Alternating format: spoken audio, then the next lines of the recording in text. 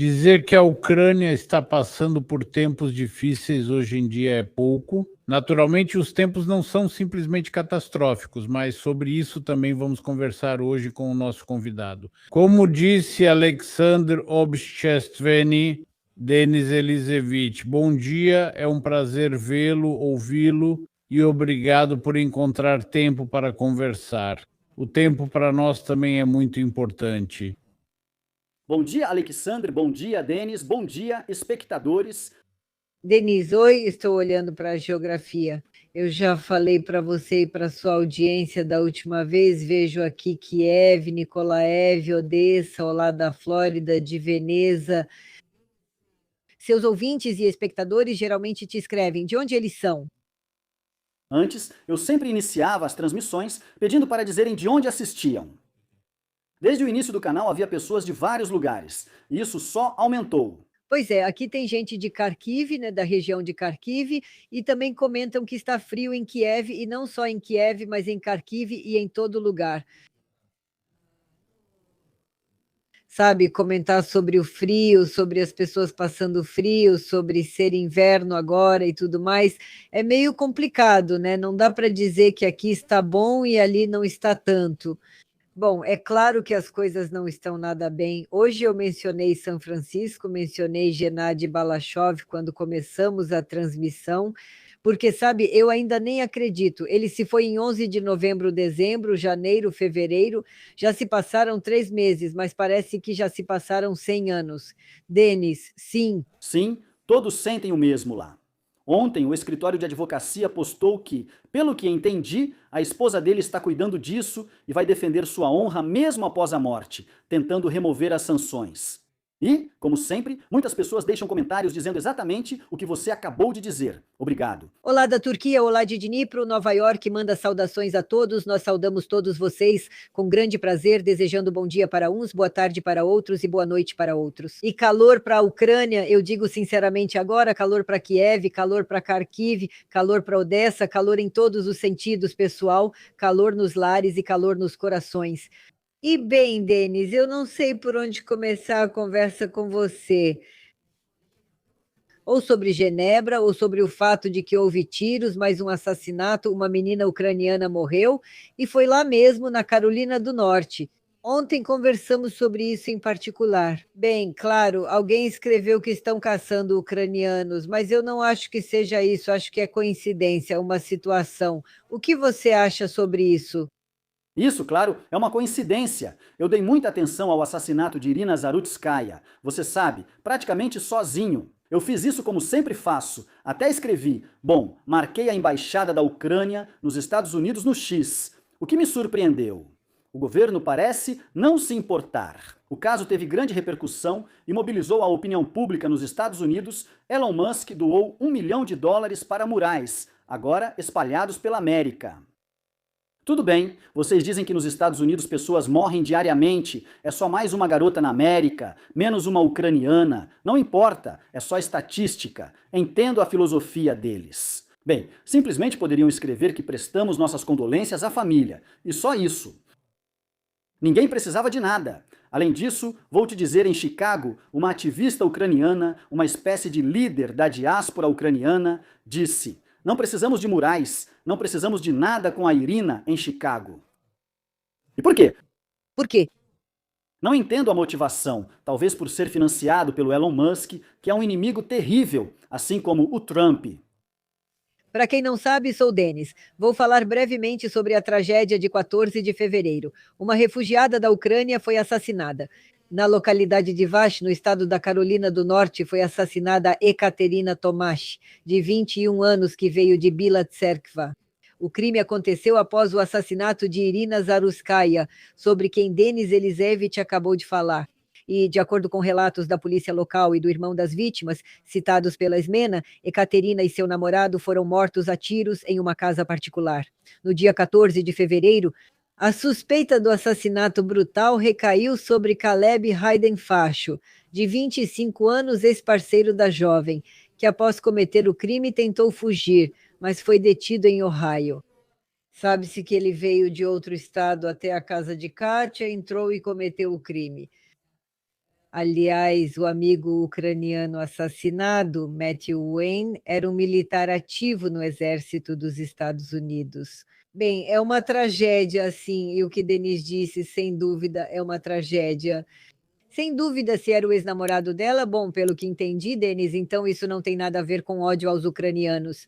Mas o que você acabou de dizer, ela é cidadã ucraniana, ela veio como refugiada há 2 anos, e além disso, aqui dizem que ela estava planejando voltar para a Ucrânia. Se isso for realmente verdade, e se isso tem alguma importância, eu não sei, mas de qualquer forma, é uma tragédia. E novamente vamos prestar atenção, é o mesmo estado e a mesma cidade. O que isso significa não está claro. Mas o seu comentário sobre o fato de que deveríamos ouvir algo do presidente ucraniano ou do governo ucraniano provavelmente está correto.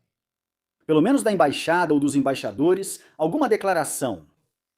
Bem, para mim tudo está claro. É minha primeira vez no seu programa. Sempre vinha com bom humor, mas hoje estou de mau humor. Obrigado. Por quê, Denis? É por tudo isso que já não consigo me forçar. Se não fosse você, talvez hoje nem tivesse programa. Faz dias que não apareço, não consigo me forçar e não tenho vontade de falar sobre nada. Depois de algumas das últimas aparições do Zelensky, depois da apatia das pessoas, depois de alguns comentários. Então vou te perguntar, e aí, o que fazer? Eu também não sei. Sabe, eu também sinto o meu próprio humor, aliás. Você ouviu bem, com certeza ouviu, sabe? A delegação russa nas negociações em Genebra, sim, ela é composta pelo assessor do presidente da Rússia, Medinsky,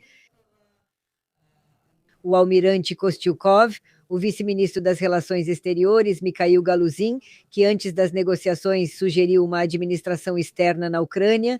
O que isso significa? O que é administração externa? Bem, agora essa ideia está sendo promovida. Eu mesmo promovi essa ideia para os territórios anexados como um compromisso. Eu venho falando sobre isso há anos. Bem, Putin quer que toda a Ucrânia seja temporariamente administrada pela ONU, que Zelensky saia do poder e que a ONU administre como uma espécie de administração temporária. Essa é a ideia deles. Até que ponto isso é possível e correto? Até que ponto isso é certo ou não? Obrigada, Denis. Obrigado, Denis. Aliás, quero lembrar que hoje o tema que vamos discutir está claro, hoje para nós, para o nosso programa, é prioritário. Mas hoje também é o Ano Novo Chinês, aliás, que provavelmente também não dá para deixar de mencionar, já que vivemos no Canadá, em uma província onde há muitos representantes da Ásia. Hoje é justamente o primeiro dia do Ano Novo Chinês. Se alguém está comemorando, então vamos parabenizar. Não sei se isso trará variedade para a nossa transmissão, mas voltando ao assunto que hoje, claro, nos interessa muito mais, é o início das negociações em Genebra. E, aliás, eu reparei nisso, para ser sincero, eu nem sabia disso. Muitos chamam isso de um tipo de negociação em linha de montagem, porque antes da delegação ucraniana, a delegação americana estava negociando naquele momento com o Irã. Ou seja, assim que terminaram essas negociações, eles imediatamente passaram para as negociações com os representantes da Rússia e da Ucrânia. Muitos dizem, Denis, aliás, você também, inclusive. Eu prestei atenção nisso, que, bom, vamos usar uma palavra da moda, janela de oportunidades. Alguém diz que a janela de oportunidades está se fechando e, aliás, a revista Economist também destaca isso, que na delegação ucraniana também houve divisão. As delegações se dividiram em 2 blocos. Mas você acha que essa é realmente a última chance? E não haverá mais chances de conseguir pelo menos algumas condições favoráveis para a Ucrânia. E é bem possível que a guerra continue já sem qualquer negociação. É isso mesmo, sobre o desgaste. E me corrija se eu estiver errado. Não, você não está errado. Sim. O que você diria sobre isso? Novamente, essa palavra da moda do cenário de negociações de hoje. Denis. Bem, cenário de negociações, como você disse corretamente, é uma palavra da moda. Sim, primeiro conversaram com o Irã, hoje conversam com a Ucrânia. Isso é secundário para nós. O importante é o que você disse sobre o artigo do Economist, sobre o fato de que uma parte da nossa delegação tem um ponto de vista. conhecer os compromissos para o fim da guerra, aproveitar essa janela de oportunidades. A segunda parte da delegação ainda está sob controle. Ela quer continuar lutando por razões óbvias para ganhar dinheiro. E é por isso que eu, por exemplo, não mexo com Kirill Budanov há vários meses. Chegaram até a dizer que ele praticamente me financia e coisas do tipo. Aqui na Ucrânia já virou costume. Se você tem uma opinião ou outra, com certeza alguém está te financiando. Conheço outro sobrenome na delegação que certamente apoia essa abordagem. Sim, a janela de oportunidades está se fechando. Posso dizer diretamente para você que a Ucrânia tem apenas 3 meses restantes. Se dentro de 3 meses a Ucrânia não fizer um acordo de paz, eu não acho que o país continuará existindo nesse formato. E não será mais como eu conheço, lembro e gostaria de continuar vendo. Mudanças irreversíveis vão acontecer politicamente. Zelensky deixou claro que ele não está disposto a entregar o poder. Ele não está disposto a sair do poder, ele declarou isso abertamente. Ele não vai realizar eleições nas quais ele não tem a chance de vencer, ou melhor, como ele acredita, uma chance de 100%. Está tudo muito ruim para a Ucrânia hoje, e o que está acontecendo hoje é graças ao presidente Trump, não graças a Zelensky. Se você leu o artigo de Simon Schuster na Atlantic, entende? Quando sou eu que digo isso, tentam colocar algum viés, mas agora é o próprio Simon Schuster dizendo a mesma coisa. Tudo já está claro sobre Zelensky 100%. E por que 3 meses, Denis? Bem, em 3 meses é preciso terminar a guerra e anunciar eleições. Existem detalhes importantes, então, se não concluir o primeiro agora, vamos aos fatos. O primeiro detalhe. No verão, Trump passará a focar nos assuntos internos dos Estados Unidos e tem prazo até junho. Trump precisa resolver a questão com o Irã de uma forma ou de outra e depois resolver a questão da Ucrânia. Ele não pode se dedicar às eleições intermediárias no Congresso e ao mesmo tempo lidar com a Ucrânia ou o Irã. Bem, talvez com o Irã, alguém mais pode cuidar disso. Isso é importante para os Estados Unidos, mas e a Ucrânia? Por que ele tentaria reconciliar os dois lados? Isso é KVN e KGB, mas hoje, desculpe, eu não vou abordar esse assunto ao vivo, vou falar sobre isso separadamente. Foi revelado que, na verdade, KVN e KGB são a mesma coisa, esse KVN ucraniano é uma filial do KGB, isso veio à tona hoje em um dos tribunais na Ucrânia. Tudo está tomado pela corrupção. É fácil dizer que Eliseevich é pró-Rússia, mas eles mesmos enviam Dvushka para Moscou. Se você ouviu as gravações de Mindich, verá que para eles a guerra é negócio, não querem o fim, pois isso representa poder e dinheiro. Ponto final, e aqui não há dúvida. Aí pensamos sobre a Ucrânia. Como vamos ficar sem Donbás? É isso, perdemos Donbás, assim como já havíamos perdido desde 2014, além da Crimeia. Era preciso pensar antes e construir outro país. Isso não justifica a agressão russa. Com Putin tudo está claro. Todos querem pela 25ª vez Deus, que ataques a Kiev, Deus, as pessoas pobres sofrem. Sim, as pessoas pobres sofrem. Mas há uma saída, como sair disso, já que permitimos que isso acontecesse, e então construir a Ucrânia como um país tão forte que isso nunca mais aconteça e pensar no que fazer agora, em vez de fazer demagogia. Como as pessoas sofrem, como as pessoas sofrem. E quando você diz eles, a quem você está se referindo? Sim. Bem, o que eu disse, em que contexto você está perguntando? Eles. Eu poderia estar falando sobre o governo, poderia estar falando sobre o nosso povo. Sim. Sim, eles querem o fim da guerra. Só se for o governo. O governo da Ucrânia e da Rússia. A Rússia não deseja guerra, mas está disposta a encerrá-la sob certas condições, diferente do governo ucraniano, que não quer acabar com o conflito. Você falou sobre Zelensky, que ele não pretende deixar o poder, e quando você disse isso, falou de forma tão categórica que fiquei com a impressão de que você achava que ele realmente ia fazer isso. Se sim, por que você pensou assim e por que isso não vai acontecer? Não, Alexandre. Desde 2022, eu já dizia que Zelensky é um ditador que nunca vai largar o poder. Agora eu estava me dirigindo, sabe, àquela parte da população que ou é muito ingênua ou muito tola, que ainda acha que sem Zelensky a Ucrânia já não existiria. Que ele hoje, fazendo o que faz, está guiado pelos interesses da Ucrânia. Entende? Essas pessoas estão ficando cada vez mais raras, cada vez menos. Mas a questão é, será que já houve muitas dessas pessoas? Como ignorar fatos tão óbvios? No fim, todos esperaram até que na Ucrânia ocorreu o mesmo que na Rússia, com o poder reprimindo todos. Não estou convocando ninguém para Maidan.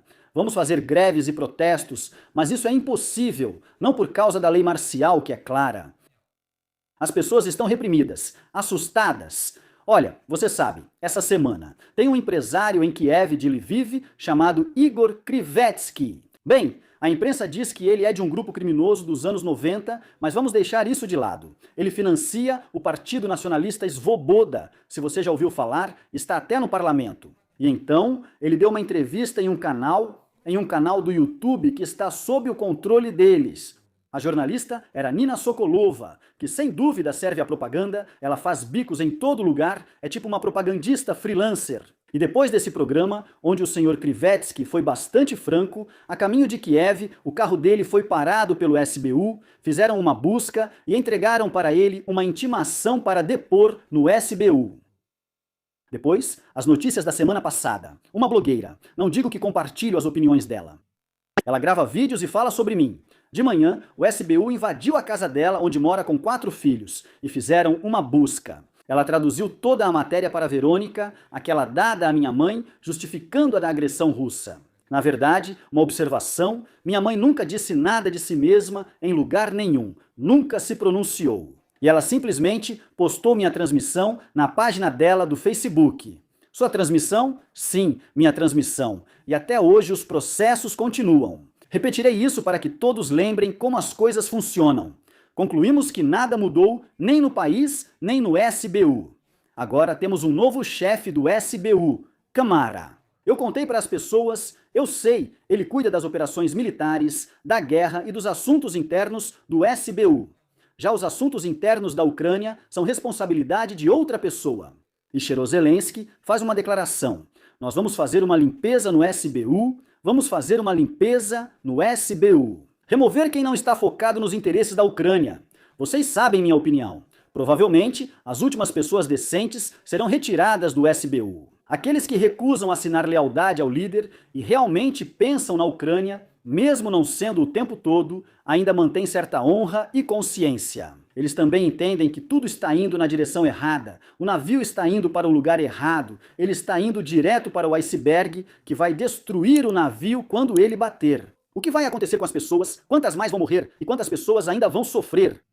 Continue, por favor. Você acabou de mencionar Zelensky, falou sobre Zelensky, ele está dizendo mais alguma coisa. Ele diz que 90% dos ucranianos são contra as eleições. Continuação, essa é realmente a posição da sociedade? Ou é um número conveniente durante a guerra? Ou seja, é uma coisa ou outra continuação? Isso mostra que ele já simplesmente passou por algumas mudanças mentais ou psicológicas, depois das quais ele percebeu que pode dizer o que quiser. Posso chamar o preto de branco, sou o presidente de um país em guerra e nada me afeta. A Europa me apoia. Fiz uma pesquisa anônima no meu canal do Telegram, vocês sabem, participaram 21 mil pessoas.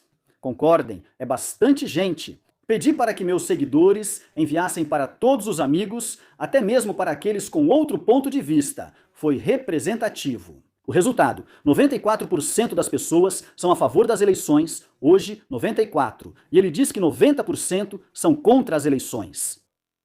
Sim, eu concordo, não são 94% a favor das eleições na Ucrânia, mas com certeza não é só 10% na opinião dele. Eu acho que é uns 75% a 80% de verdade.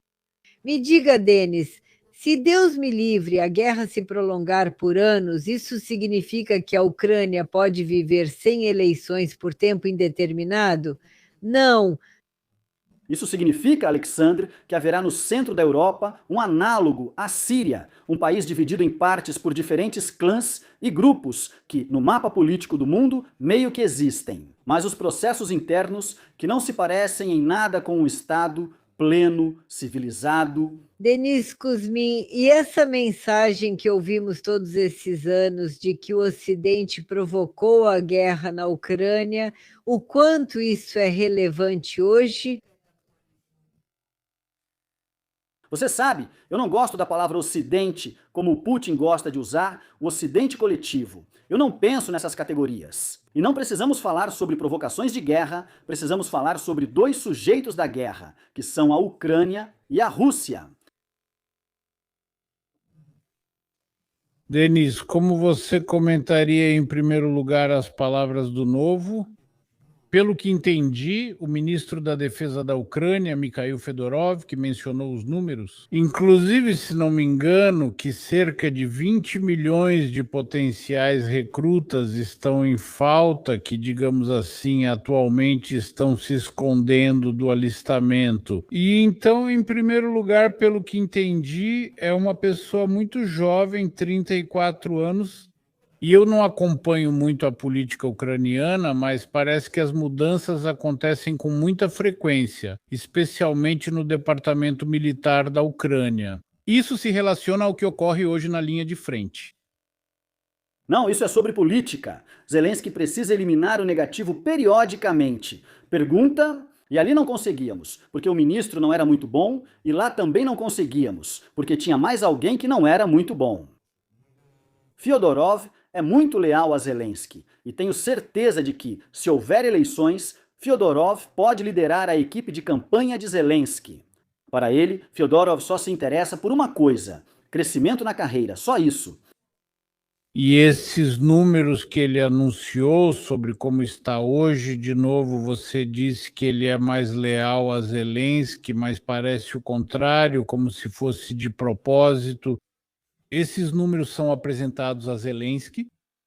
Talvez falemos de declarações diferentes. Ouvi que na Ucrânia há 2 milhões de ukilianti, pessoas que evitam o serviço militar.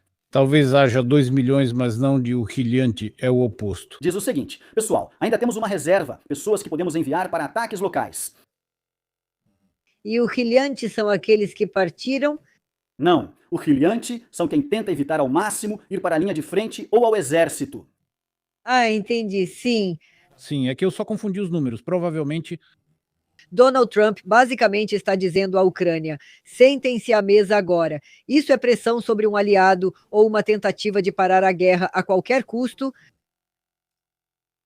A qualquer custo, ele não vai encerrar a guerra, mas tenta detê-la. Sem dúvida, pode-se chamar isso de pressão. Trump realmente exerce pressão, não publicamente, uma pressão muito forte. Publicamente, não é uma pressão tão forte. Apenas por meio de frases como essas, como ontem, você está citando agora a frase de ontem à noite a bordo do seu avião. Ele disse que a Ucrânia precisa sentar à mesa de negociações o mais rápido possível. O que isso significa? Eles, obviamente, já estão fisicamente sentados à mesa de negociações na Ucrânia há meio ano ou mais, mas o que se quer dizer é negociar de verdade. Chegou a hora de chegar a um acordo de verdade. Bom, diga, o que você acha? O Ocidente está pronto para pressionar Kiev mais do que Moscou em nome de uma paz rápida? Essa pergunta que te mandaram, obrigada. Eu já disse para vocês, a pessoa não entende, não dá para usar Ocidente assim. América é Ocidente e Europa também é Ocidente. A Europa quer que a guerra continue.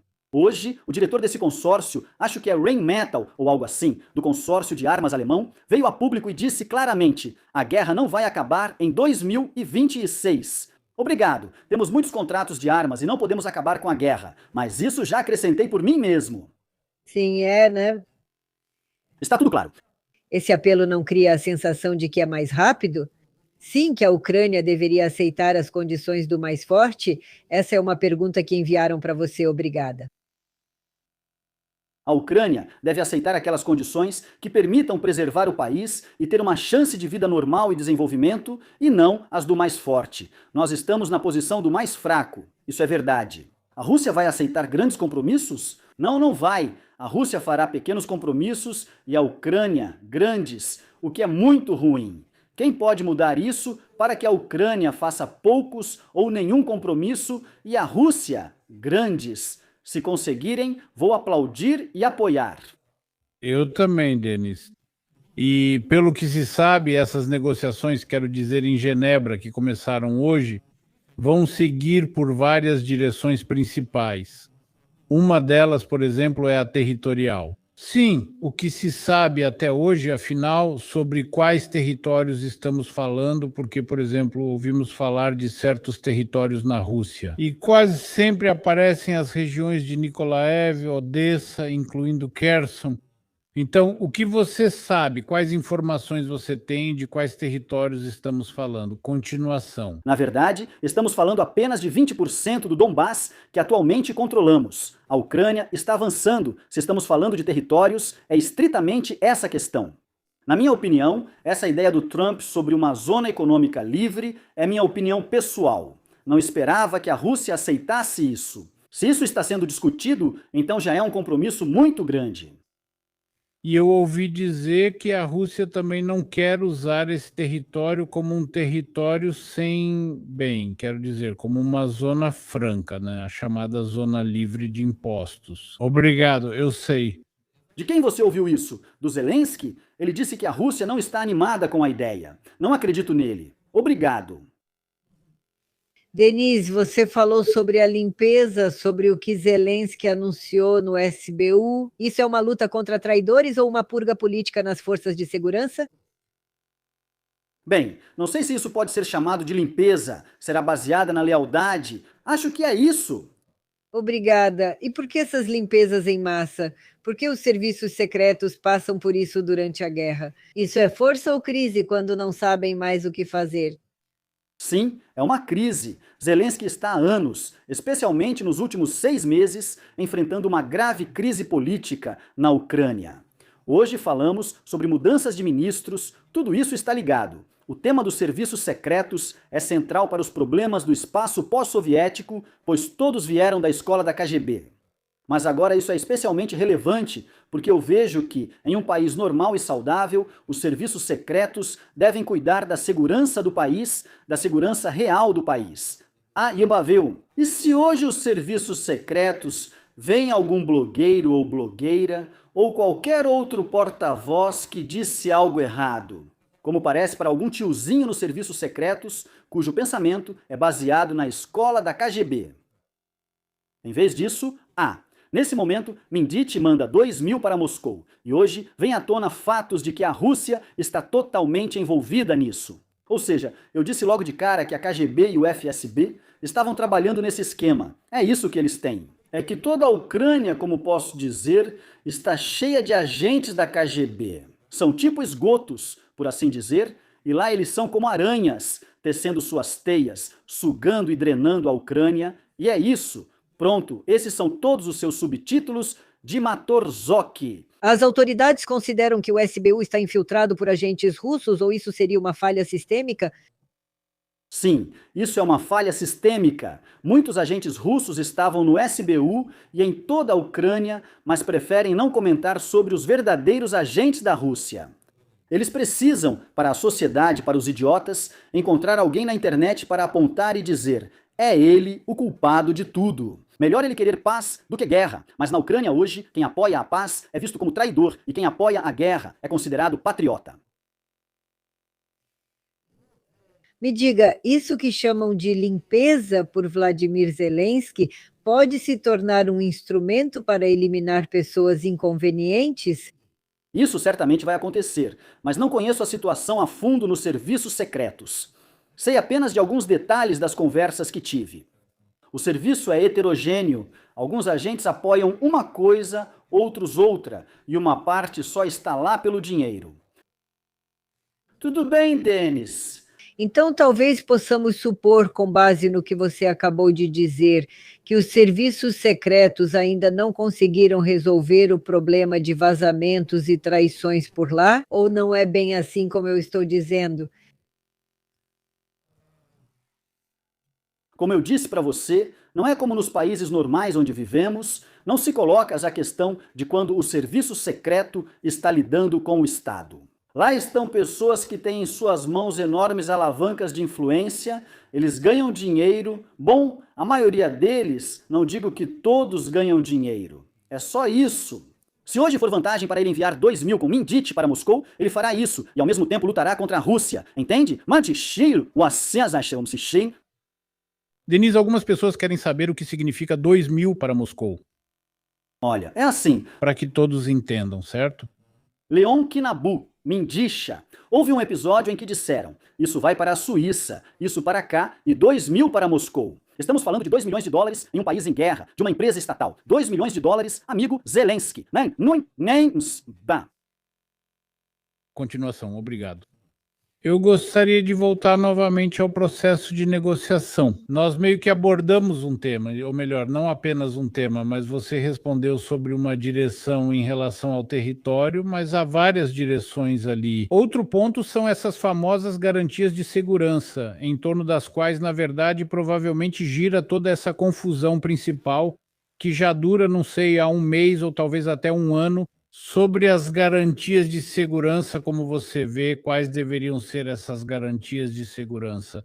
Porque, bem, por um lado, né, o presidente da Ucrânia dá para entender, hoje não dá para confiar no Putin, e não há nenhuma garantia de que amanhã ele não vá avançar ainda mais. O que pode servir para a Ucrânia, na sua opinião, de fato, como garantias de segurança, que, pelo que entendi, até agora os americanos não estão prontos para fornecer? Os americanos estão prontos para fornecer garantias de segurança por 15 anos que serão ratificadas pelo Congresso. Zelensky foi a Munique e disse: 15 anos é pouco para nós, precisamos de 30 ou 50. Essa informação é pública e verificável. Ele diz que é possível entender o presidente da Ucrânia. Quando você fala assim, você acha que o presidente da Ucrânia está cuidando da Ucrânia? Não. O presidente da Ucrânia ela está preocupado com o dinheiro e com o seu poder em mantê-lo e não se importa nem um pouco com o país Ucrânia e com as pessoas que vivem nele. Sobre a segurança citada pelo Denis e o que você falou dos 15 anos, por que as garantias de segurança para a Ucrânia são oferecidas só por 15 anos? Isso quer dizer que os Estados Unidos não confiam na segurança duradoura da região? Não, é só que os Estados Unidos, como posso dizer, sabem bem o que estão fazendo. Aqui está uma pessoa dizendo que 15 anos é pouco. Por que é pouco? Na minha opinião, isso é tempo demais. Eu, por exemplo, esperava de 5 a 10 anos. Em 15 anos, Putin com certeza não terá mais capacidade para o poder. Em 5 anos, ele já não estará mais no poder. Em breve, em 15 anos, qualquer história sobre Putin vai simplesmente desaparecer. No Kremlin, outras pessoas vão governar a Rússia. E na Ucrânia, em 15 anos, o PIB pode crescer muito. Eu respondo pelo que estou dizendo. Isso é suficiente em 15 anos ou precisa de 50 a 100 anos? Porque para Volodymyr Zelensky só precisa prolongar a guerra. Se prolongarem para 50, vão dizer 100, desculpe. Olha, exigir garantias por 30 a 50 anos é realismo ou é uma tentativa de conseguir o máximo possível, entendendo que a guerra pode se repetir? É uma tentativa de não chegar a um acordo. Eu estou te dizendo, se amanhã Trump disser, tudo bem, 50 anos de garantias é pouco, deem 70, deem 100, vai ser assim. Ele vai encontrar qualquer motivo. Veja só, hoje aconteceu um momento marcante. Estão discutindo as eleições, aí aparece o chefe da bancada dele, ou seja lá quem for, Kornienko, ou o vice-presidente do parlamento, ele é amigo do Zelensky, e diz que para realizar as eleições é preciso estabelecer um cessar-fogo de 60 dias. Aqui estou eu, Putin, avançando. Putin está em uma posição de força. Na verdade, a Rússia está atacando, a Ucrânia está se defendendo, a Rússia é a agressora, a Ucrânia está se defendendo. Mas é vantajoso para o agressor parar por 60 dias? Não é, porque nas eleições precisa ficar 60 dias sem atirar, se poderia ser só 1 ou 2 semanas. Enquanto as eleições ocorrem, entendo que não podem ser feitas em um dia e parte será eletrônica, tornando-as híbridas. Não há resposta nenhuma, porque vamos falar algo com o qual ou Putin ou Trump não vai concordar. Por que eu trouxe isso aqui? É uma analogia para vocês? Essa é a estratégia deles. Simon Schuster escreveu, nossa estratégia é Zelensky. Bem, literalmente, leiam. A Ucrânia finge aos Estados Unidos querer paz e estar preparada para tudo, enquanto mostra que Moscou não está pronta. Então, eu não precisei do Simon Schuster para isso, eu já disse isso aqui no seu programa, essa é toda a estratégia. Mas você quer dizer que qualquer proposta que a Ucrânia apresentar hoje deve ser para que a guerra não termine. Elas não devem agradar, como você disse, nem ao Putin, nem ao Trump. Pelo contrário. Sim, pode-se dizer assim, obrigado. E o que são essas garantias de segurança de 15 unidades? Pode explicar com mais detalhes? Bem, nenhum de nós leu todos os documentos, é mais ou menos o que dá para saber. Trata-se do que está acontecendo agora. Se atacarem vocês, nós vamos fornecer munição, armamentos, dar ajuda financeira, fornecer tudo. Isso vai proteger a Ucrânia? Não, e não vai ter nada desse tipo, que vão escrever que um míssil nuclear vai ser lançado de Washington para Moscou, mas isso não vai proteger a Ucrânia. Mesmo documentado, você entende o problema. Por isso apoio garantias de segurança ratificadas pelo Congresso e ficarei feliz com isso. Isso é alguma coisa, mas na verdade isso não é garantia de nada. Pois é, acho que é disso que estamos falando também. Falando novamente, justamente na véspera dessas negociações que começaram hoje, no último fim de semana aconteceu ou terminou a cúpula em Munique ou a Conferência de Segurança em Munique. Como você comentaria isso? E, aliás, também é interessante a apresentação de hoje, percebe? Vários países europeus estão em Genebra aguardando, como dizem, negociações de bastidores. Também não está nada clara a função, o papel da Europa em Munique, como ficou em relação à Ucrânia, e, de modo geral, a análise dessa cúpula ou Conferência de Segurança de Munique, como é chamada de diferentes formas. Depois, meu humor piorou. Eu planejava transmitir no domingo e analisar isso. Eu simplesmente fiquei, vou ser honesto com você, chocado com as declarações de Zelensky, chocado com a Europa. No ano passado falou J.D. Vance, um discurso magnífico. Eu fiz a tradução no meu canal, publiquei, teve mais de 350 mil visualizações e este ano Rubio também fez uma apresentação magnífica. E sempre o mesmo argumento, a mesma narrativa. Vamos restaurar os valores básicos da civilização ocidental. Os Estados Unidos não são inimigos, mas mudem suas ações e estaremos juntos, fortes contra países ditatoriais. Prosperaremos. A Europa simplesmente não ouve isso, porque a Europa é assim, quer dizer, não a Europa inteira, mas alguns líderes da União Europeia. Eu mesmo me corrijo, sou tipo um mini Zelensky. E quem você destacaria em especial? Bem, são os conhecidos Ursula, Merz, Macron, Starmer. Esses são os líderes, Sánchez da Espanha, que é basicamente um comunista. A União Europeia aprovou 90 bilhões, indicando que a guerra continuará por mais 2 anos. Eles já sabiam disso no ano passado, quando estenderam a proteção dos ucranianos na Europa até 27. Qual é o seu comentário sobre isso, Denis? Obrigada. Esses foram comentários do chat que você leu, certo? Eu peguei do chat. A pessoa acha que o presidente Trump, Rubio, Kushner, Witkoff, J.D. Vance são idiotas, que a Europa sabia de tudo, mas eles correm para a Suíça e Abu Dhabi. Então, que essa pessoa responda a essas perguntas. Ninguém sabia de nada. Eles fazem isso para mostrar ao Putin apoio à Ucrânia, deixando claro que seguirão apoiando. Mas tem uma má notícia: esses 90 bilhões não salvam a Ucrânia. E mesmo que a guerra continue por mais um ano, isso não vai salvar a Ucrânia de jeito nenhum. Não vai enfraquecer a posição do Putin daqui a um ano, a posição dele vai estar ainda mais forte daqui a um ano. Isso é óbvio. Enfrentar a Rússia por exaustão é uma ideia utópica. Pois é, mas estão realmente prontos? A pergunta para você é: os Estados Unidos estão prontos para assumir compromissos militares reais ou é mais uma vez só promessas políticas sem mecanismos de proteção? Olha, pessoal, a gente conversa quase toda semana e muitos assistem sempre, além dos novos. As pessoas não querem ouvir nem entender, acham que algum exército vai enfrentar o Putin por causa da Ucrânia. Isso nunca vai acontecer.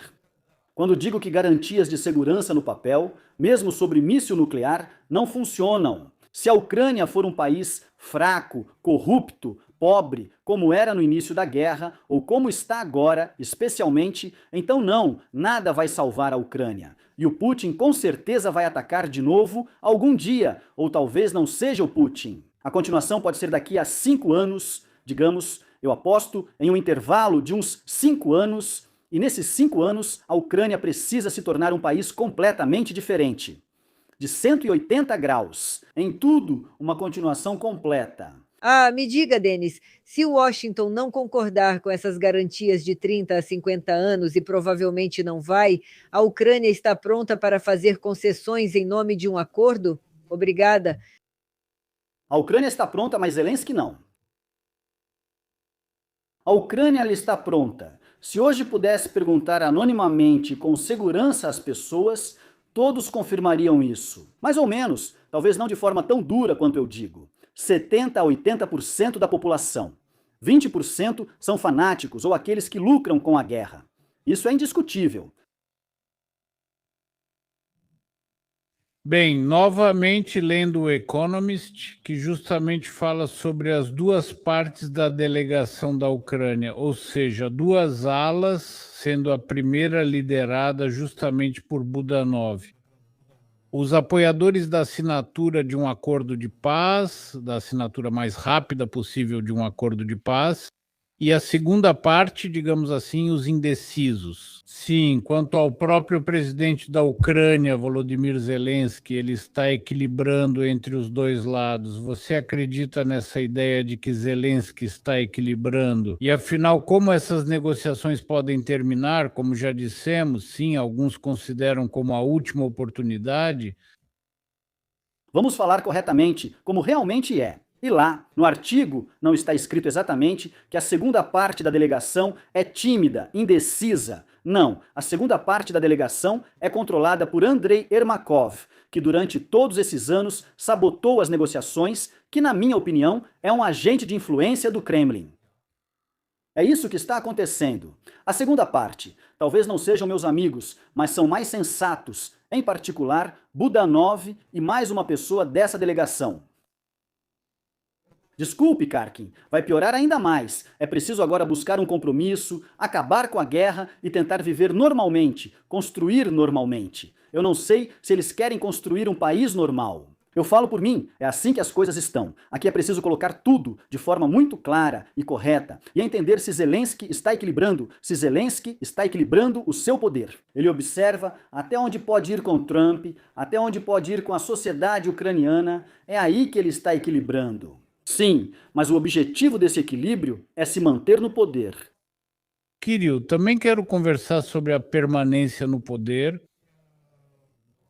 Alguns dias, talvez uma semana atrás, sim, muita gente discutiu isso, justamente as conversas de que até 15 de maio, supostamente, foram impostas condições de que o presidente Zelensky deveria realizar, ou melhor, anunciar eleições presidenciais e, ao mesmo tempo, um referendo, pelo que entendi, um referendo. Foi assim que eu entendi. E justamente em relação às concessões territoriais. E o próprio Zelensky não confirmou e parece que também não negou. Como você comentaria essas conversas? Até que ponto você acredita que essas eleições realmente podem acontecer e, na verdade, como elas poderiam ser realizadas? Na verdade, foi o próprio Zelensky quem revelou à imprensa sobre o dia 15 de maio, quando jornalistas perguntaram a Trump na última sexta e o prazo final para a Ucrânia nas eleições. Trump fingiu que não ouviu essa pergunta e começou a responder imediatamente à próxima pergunta. Isso indica conversas nos bastidores que Zelensky revelou à imprensa. Ele atua abertamente contra Trump. E aqui está envolvida a Conferência de Munique. Inclusive, você acabou de me perguntar como foi a Conferência de Munique. E agora, na verdade, isso continua. Eu não estou assustado apenas pelo Zelensky, não apenas pela Ucrânia.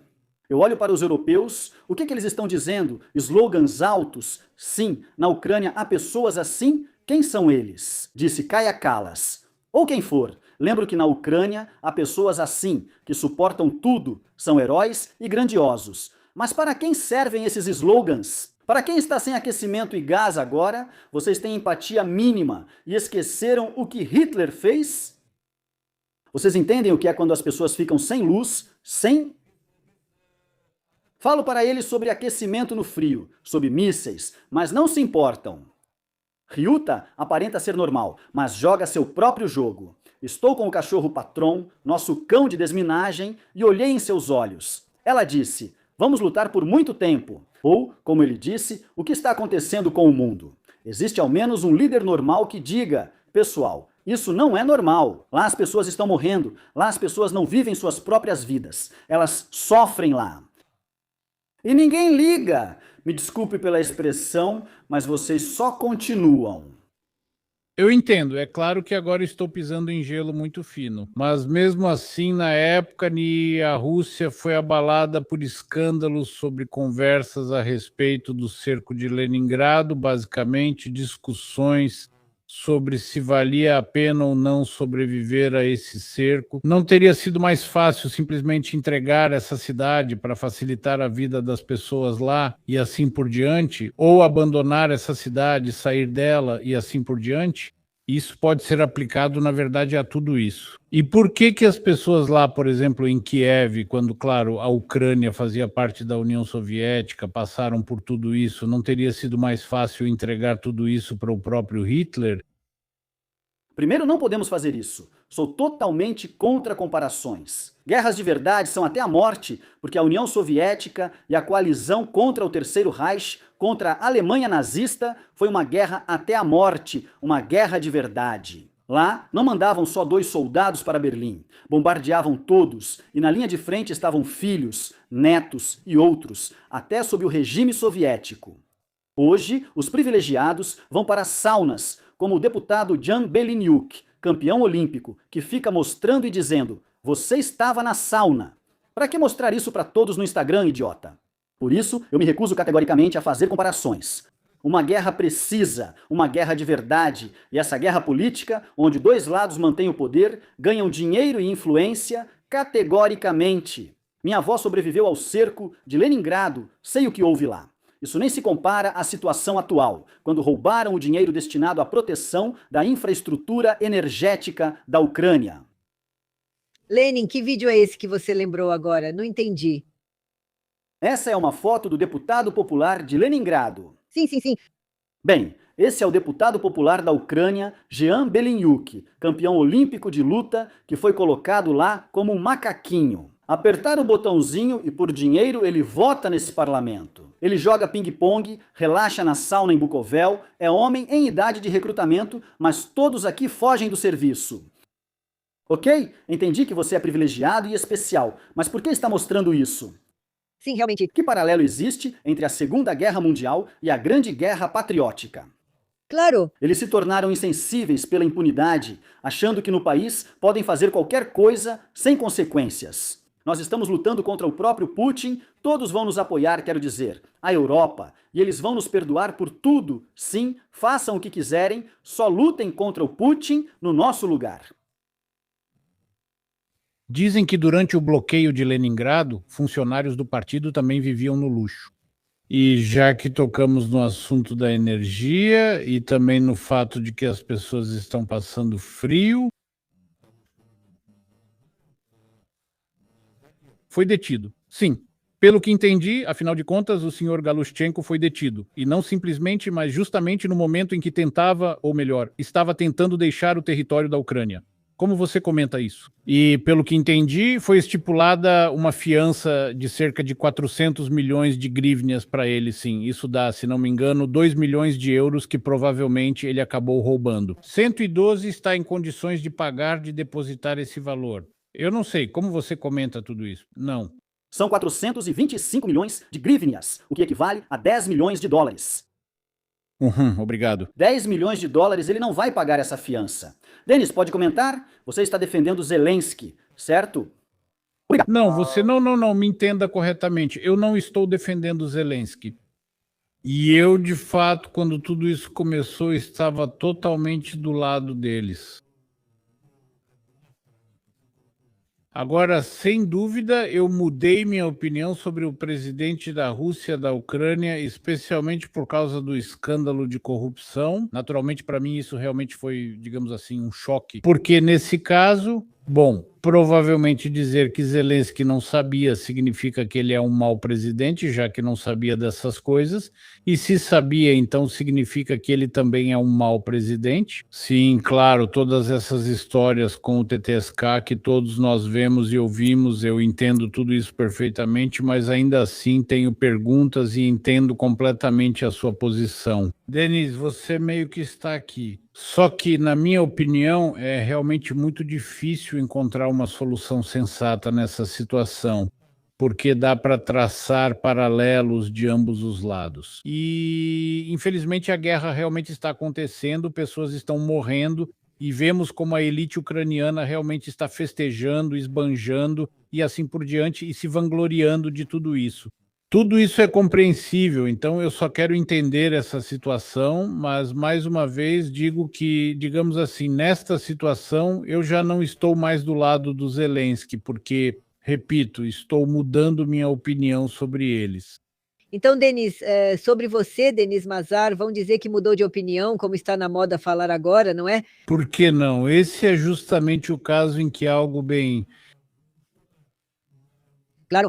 fica óbvio. Sim, porque para mim está claro, é evidente. Esse tal de Nindit Gate realmente se tornou um evento marcante em relação a... Bem, claro, eu posso imaginar isso do jeito que eu quiser. Vemos como as pessoas estão congelando em Kiev e conhecemos os problemas. Podemos discutir isso à vontade aqui. Eu concordo totalmente com Denise ao dizer que sim, o Putin é um canalha. Eles estão bombardeando. Tudo isso é realmente claro. Sim, Putin é um canalha à parte, que bombardeia e se permite fazer isso. Para mim, isso ainda é assim. Ele era um criminoso de guerra e continua sendo. Nesse sentido, nada muda. Mas dizer que Zelensky, bem, ele poderia não saber, mesmo se supormos que ele poderia não saber que isso está acontecendo. E o que o Denis falou hoje sobre a transferência, digamos, de 2 milhões. Eu ouvi dizer que eles voam para Moscou em jatos particulares, é lá que se encontram. Sim, nada muda, né? As pessoas continuam fazendo negócios, eu acredito totalmente nisso, considero possível. Dizer que o Zelensky não sabe disso, bem, isso é tolice, absolutamente tolice. Denis, pelo que entendi, essa é a última notícia. Foi detido o ex-ministro da Energia, German Galushchenko. Você já sabe disso, né? Sim, estamos discutindo isso agora. Você está falando disso agora? Denis perguntou. Perdi algo? Então, Foi por ele que fixaram uma fiança de 10 milhões de dólares. aqui está escrito que ele é suspeito de participar de um esquema de propina na Energoatom no valor de mais de 100 milhões de dólares. Resta a dúvida, é uma luta real contra a corrupção ou só uma ação de fachada para o Ocidente e os Estados Unidos? Não, tudo isso é muito mais complicado. Nós já discutimos isso com você. Funciona a Nabu, que está sob controle do FBI, foi criada pelos globalistas, pelo Partido Democrata, mas agora, na verdade, é o FBI que supervisiona eles. Isso é política, é combate à corrupção, é tudo junto. Sobre isso, Galushchenko, pense bem, o que significa ser ministro da energia de um país em guerra? Em escala, eles roubaram 100 milhões de dólares, e isso é só nesse episódio, eles roubaram bilhões, no total, dezenas de bilhões. Então, o vice dele, Pikalov, o sobrenome talvez seja familiar para você, tem um ator chamado Pikalov. É outro Pikalov. Um ator que interpretou Yanukovych no Kvartal 95. Então, esse Chitemp é irmão da irmã, irmão da ex-esposa do Pikalov. Só isso. Esse é o Kvartal 95. Aqui está uma informação sobre o que o Denis perguntou, que não ouvi porque estava vendo o que me enviaram. Um segundo, vou te perguntar. Galushchenko foi detido ao tentar sair do país. Até que ponto isso soa como fuga? E por que alguém assim pode se preparar facilmente para deixar o país? O que responder? É claramente uma tentativa de fuga, já que ele foi retirado do trem na fronteira. A investigação aponta que o dinheiro foi transferido por offshores, com participação de 15 países. Podemos dizer que a elite ucraniana ganhou dinheiro durante anos com a guerra energética, ou isso já é exagero? Que exagero! O julgamento é contra o ex-ministro da Energia. Isso é um fato, já é simplesmente um fato, e a sociedade sabe apenas 1% do que realmente aconteceu e acontece. Bem, você acabou de falar com o Denis que estão pedindo uma fiança. Se eu estou vendo corretamente o valor de 425 milhões de grivnias. Se esses valores estão sendo mencionados, dá para supor que é uma quantia colossal. Colossal. Mas posso te dizer, nossos agentes do SBU saíam sob fiança de 800 mil a 1 milhão de dólares, e em 1 ou 2 dias depositavam esse valor em dinheiro. Um agente do SBU recebe 800 mil dólares. Me explique, de onde vem esse dinheiro todo? Agora, o Departamento de Segurança Interna e o SAP também investigam outros agentes do SBU ligados à cibersegurança. Vários apartamentos, milhões de dólares, a esposa envolvida, laranjas. É assim que funciona, mas não vão chamar Elisevich de inimigo ou pró-Rússia. Como esse escândalo com esse ministro pode afetar o apoio dos Estados Unidos à Ucrânia? Sim, todo mundo sabe. Estou te dizendo, BU é controlado pelo FBI, todos já sabem e estão comprometidos. Tudo já está nos Estados Unidos, até as carteiras de criptomoedas. Isso já existe. Mas agora começar a acabar com eles de verdade, para valer como todos esperam do Trump, isso significa, na verdade, ficar do lado do Putin. É assim que vai parecer. Trump não tem a tarefa de agradar ninguém. A tarefa do Trump é perseguir e defender os interesses dos Estados Unidos. Olha, uma pergunta, uma informação. As reclamações sobre as ações dos centros de recrutamento aumentaram centenas de vezes, estão sendo registradas detenções nas ruas e confrontos com civis. A Ucrânia defende a liberdade, mas por que aumentam as denúncias de violações dos direitos de seus cidadãos? Se alguém ainda acredita que a Ucrânia defende liberdade, já vamos para o 5º ano de guerra e a pessoa continua sem entender. A Ucrânia não defende liberdade. Um grande soviete atacou um pequeno soviete, foi isso que aconteceu. Aqui eu concordo totalmente com você. Você disse que um grande soviete atacou um pequeno soviete? Sim. Sim, um pequeno soviete. Infelizmente, esse é meu país. Queria que não fosse assim. Provavelmente não dá para dizer melhor. E agora, Denis, justamente sobre isso, justamente sobre o grande e o pequeno soviete. Se a gente realmente analisar assim, no fim das contas, lá e lá tem muita coisa parecida, inclusive, quero dizer, mesmo se olharmos para os lados negativos, o nível de corrupção, sim, na Rússia o nível de corrupção começou mais ou menos do mesmo jeito que está agora na Ucrânia. Sim, é o oligarquismo, quando o país era governado por oligarcas. Depois veio Putin, que entendeu que não, pessoal, vamos lá, eu vou tirar tudo de vocês e colocar tudo sob meu controle e dos meus amigos pessoais. Consequentemente, na Ucrânia ainda são os oligarcas, ou pelo menos até o momento da invasão, sim, ainda mantinham seu poder. Quero dizer, agora vemos que o senhor Kolomoisky já está na prisão, realmente. Eu não ouço falar dos outros oligarcas e assim por diante, mas não importa. E, sinceramente, surge a questão, é possível, tanto na Rússia quanto na Ucrânia, mudar essa situação de alguma forma? De fato, fazer com que as pessoas que chegam ao poder, em primeiro lugar, realmente se preocupem mais com o país. Pelo que entendo, na Ucrânia, desde sua formação, provavelmente nunca houve um governo assim. Veja, mesmo, digamos assim, meu Deus, me fugiu o nome, peço desculpas, o presidente. Não sou Yanukovych, sou Poroshenko. Afinal, ele é uma pessoa rica, sim, é um homem rico que tinha seu próprio negócio lá. Bem, parecia que não precisava de mais nada. E se falarmos do Zelensky, digamos assim, havia algumas dúvidas, digamos, sobre sua fortuna, mas ele também não era uma pessoa pobre. Mas a questão é, para que tudo isso? Na Rússia também tenho as mesmas perguntas, afinal de contas. Isso é algum tipo de, não sei, maldição, é uma doença que não sei quando e como apareceu. Muitos lá dizem que isso começou desde os tempos da Grande Revolução de Outubro. Sim, quando surgiram esses retornos e subornos, mas acredito que isso sempre existiu. O que é isso? Por quê? Por que na Europa não é assim? Existe corrupção em todo lugar, mas não nesse nível. No final das contas, esse nível nós entendemos perfeitamente, porque, bem, eu só penso que um americano ficaria chocado com isso. Você diz, sim, eles sabem de tudo, é um pesadelo, realmente sabem, acredite, não conseguem lidar. Só corrigindo, oligarcas não assumem o poder diretamente nem na Ucrânia, nem na Rússia. Akhmetov foi deputado, Poroshenko, presidente. Por que Poroshenko? Você fala de uma pessoa rica, certo? Uma pessoa rica não significa nada, é só uma pessoa com dinheiro. Ele participou da privatização, esse dinheiro foi ganho com o Estado e pelo Estado. Ele não é um empresário que começou do zero, construiu um negócio no capitalismo de mercado e se tornou um bilionário assim? Claro que não. Por isso, ele é apenas uma pessoa rica, tem um monte desses canalhas com menos dinheiro. Que diferença faz essa história de maldição? Não existe maldição nenhuma. É um sistema podre, pós-comunista, um sistema podre. Só isso. Eu, por outro lado, defendo o modelo capitalista ocidental.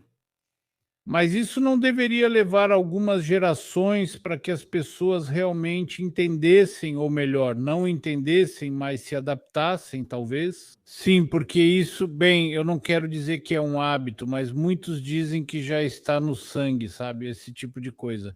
Sim, isso é besteira sobre mentalidade, hábitos e gerações. Me desculpe, mas agora é outra geração. Eu já contei pra vocês como uma geração cresceu sob a propaganda e que a próxima também vai crescer sob a propaganda das agências de segurança. Isso não faz diferença nenhuma.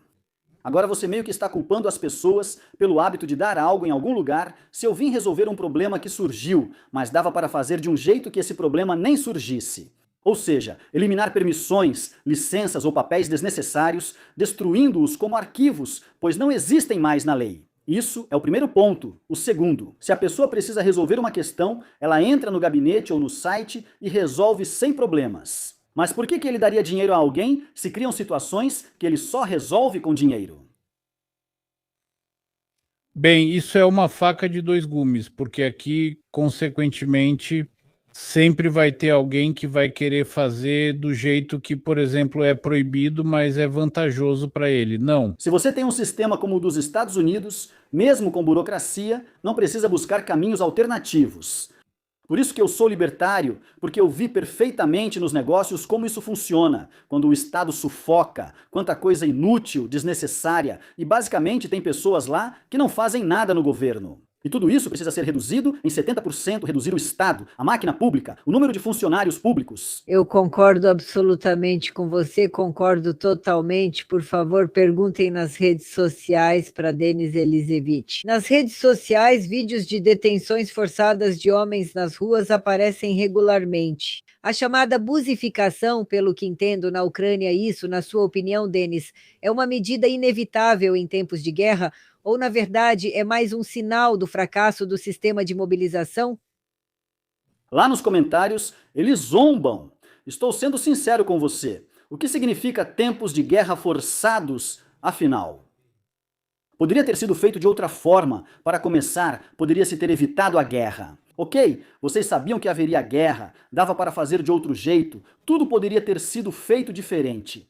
Quando se governa um Estado, como discutimos agora com Denis, sobre mentalidade, só é possível administrar como um soviético, ou seja, de modo totalitário. A força não permite outro tipo de mobilização. Ao entrar numa guerra que deveria ser evitada e sem recursos, paga-se para enviar pessoas à linha de frente sem mobilização adequada. Hoje, ninguém iria para a linha de frente nem por $10.000. Porque eles entenderam. O que está acontecendo não vão em massa. Quero dizer, uns 2.000 vão, talvez 10.000, mas dizer que 200 a 500 mil vão, não vão. Nem por 100 mil, provavelmente, não vão. Só talvez os desesperados que querem ganhar dinheiro para a família e morrer conscientemente.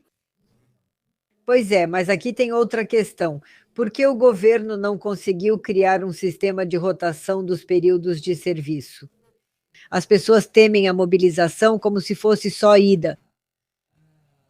Ou seja, por que isso não aconteceu? Por que não foi criado ao menos algum tipo de sistema? Eu entendo, talvez seja uma pergunta ingênua de quem a faz, mas mesmo assim não foi. Certo? Acabei de responder. Pessoas no poder só governam com autoritarismo, pela força, como Putin, pois não conseguem gerenciar de fato. Precisam reprimir todos. Por isso, Zelensky prolonga a guerra. Além de tudo, se houver eleições, será preciso dar alguma flexibilização. E por mais que não queiram mostrar atitudes ditatoriais, eles só conseguem agir assim. Eles acham que só são eficazes se reprimirem. É preciso reprimir todos. Reprimir completamente. Manual do Putin.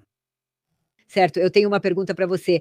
Agora, sobre esse assunto, Denis, sobre o qual eu estava falando, sobre a mobilização, mais uma coisa. Vamos lá. Sasha, é só uma ligação. Ah, tudo bem, claro.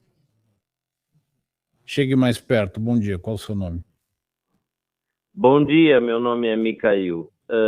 Eu tenho uma pergunta para Denis, para o convidado Denis. Diga, você disse que a guerra, pelo que eu entendo, os principais beneficiários ou aqueles que recebem benefícios da guerra são os funcionários públicos. Veja, agora apareceu, eu quero dizer, do lado ucraniano. Bem, talvez do lado russo também, eu não sei.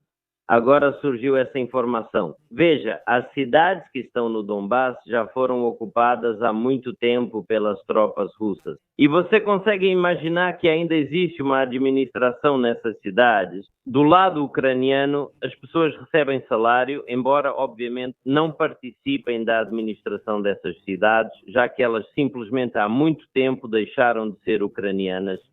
E, além disso, são destinados enormes orçamentos para a manutenção dessas cidades. Para onde vai esse dinheiro? Você realmente acredita que a administração do presidente não sabe de nada? Obrigado. É por isso que eu venho aqui ao vivo com vocês e tento falar um pouco de tudo por cima, porque a gente teria que passar um dia inteiro aqui para analisar tudo. Eu já abordei esse tema na minha live. Sim, na Ucrânia existem no papel tanto Mariupol, que é uma cidade ucraniana, quanto Melitopol e todas as outras cidades, até mesmo Lugansk e Donetsk, e lá até estão construindo estádios, comprando bondes. Se você agora abrir algum site de busca de emprego de alguma administração de fato, que só não existe de júri, vai encontrar 50 vagas com salários razoáveis. Até cargos como gerente de SMM. E se você escrever para lá, então o quê? Vai ser interessante o que exatamente? E se você escrever obrigado para lá, eles vão te contratar? Vão dizer, aqui está o grupo, no Facebook, publique lá, aqui foi destinado tal valor de dinheiro, tudo vai dar certo, estaremos na Europa. Peremoga em breve, Vitória em breve, obrigado. Escreveram para você, Denis, que cada vez mais surgem conflitos com o TCK.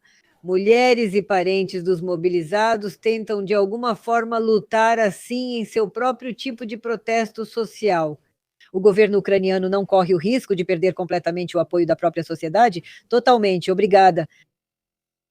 Ela já está completamente perdida, as pessoas estão apenas assustadas, ela também está perdida na Rússia, mas as pessoas estão assustadas tanto lá quanto aqui. É assim, em estados totalitários como China e Irã, as pessoas ficam assustadas, mas, como vemos, menos. Obrigada, é verdade. Mas se essa tensão com a mobilização continuar crescendo, Denis, isso pode acabar se tornando uma crise interna na Ucrânia ou no país. Não, Alexandra, eu já não sei o que você quer dizer quando as pessoas simplesmente começarem a atirar umas nas outras nas ruas, isso já está acontecendo. Se a gente vê, por exemplo, só uma pessoa por dia, eu vejo de 5 a 7 vídeos assim por dia.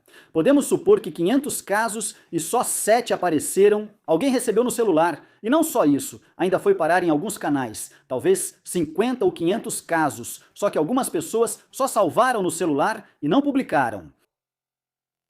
Bem, quando fizeram essa pergunta, era sobre essa crise interna. Se ela ficar ainda mais forte, ainda mais assustadora, será que vai ser pior? Como é isso? Perguntam se é pior do que a ameaça externa. Pergunto exatamente como está escrito. Para mim, isso é equivalente. Veja, qual a diferença para mim se a Ucrânia for destruída por Putin ou por Zelensky por dentro? Destruir a Ucrânia significa tornar impossível viver normalmente no país. É isso? Vai doer para mim e não vou escolher nenhum. Mas isso é um pouco menos. Desculpe, isso do Elisevich é sobre outro assunto, mas acho uma pergunta interessante. Por que o pico de vítimas civis ocorreu em 2014 a 2015 e caiu drasticamente até 2021? Se afirmam que bombardearam durante 8 anos sem parar? Desculpe, Alexander. Vamos não perder tempo com essas pessoas de mente lavada. Eu não quero gastar tempo com eles.